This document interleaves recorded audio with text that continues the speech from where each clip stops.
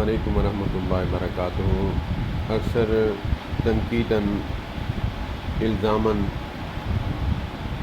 بات مشہور ہے اور لگائی جاتی ہے کہ شاہ اسماعیل شہید رحمۃ اللہ تعالی علیہ نے نبی پاک صلی اللہ علیہ وآلہ وسلم کی گستاخی کی ہے۔ گستاخی کیا کی ہے کہ وہ فرماتے ہیں کہ کبھی عام امتی جو ہے ایسے اعمال کرتا ہے کہ نبی پاک صلی اللہ علیہ وآلہ وسلم سے بھی بڑھ جاتا ہے۔ اللہ پاک مسلکی تعصب سے محفوظ فرمائے سب کو۔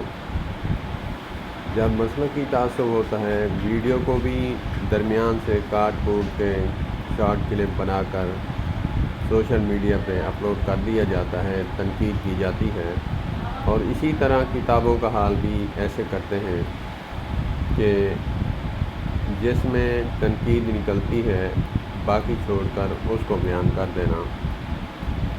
واقعہ یوں ہے، مولانا محمد الیاس سمن حفظہ اللہ تعالیٰ بھی وضاحت فرماتے ہیں، میں نے انہی سے ہی سنا ہے۔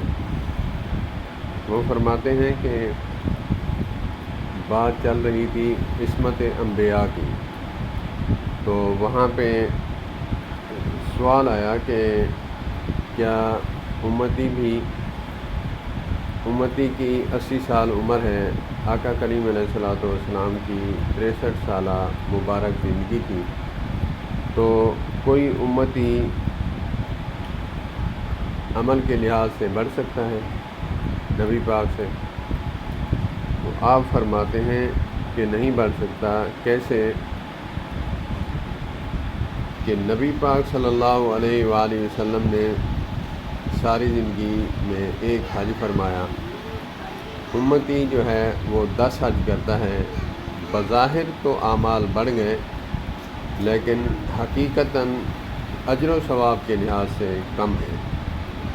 بات تو یہ چل رہی تھی، لیکن درمیان میں انہوں نے کاٹ کوٹ کے ان کے ذمہ لگا دیا کہ یہ گستاخ ہیں۔ تو وہ فرماتے ہیں آخر میں کہ نبی پاک صلی اللہ علیہ وآلہ وسلم کا ایک حج مبارک روئے زمین کے، زمین و آسمان کے لوگوں کے حج ملا کر اس ایک حج کا مقابلہ نہیں کر سکتے۔ آقا کریم علیہ الصلوۃ والسلام کے اعمال جو ہیں وہ کوئی امتی ان کے ساتھ مقابلہ نہیں کر سکتا۔ آقا کریم علیہ الصلوۃ والسلام کے اعمال نیکیوں کے لحاظ سے بہت بھاری اور وزنی ہیں۔ جیسے آقا کریم علیہ الصلوۃ والسلام دونوں جہانوں کے سردار ہیں، اللہ سے کم اور پوری مخلوق سے اوپر ہیں، اسی طرح اعمال کے لحاظ سے بھی آپ زیادہ ہیں۔ اللہ پاک ہمیں سمجھنے کی توفیق عطا فرمائے، اللہ پاک مسلکی تعصب سے بچائے، اللہ پاک شاہ اسماعیل شہید کے درجات بلند فرمائے۔ والسلام علیکم ورحمۃ اللہ۔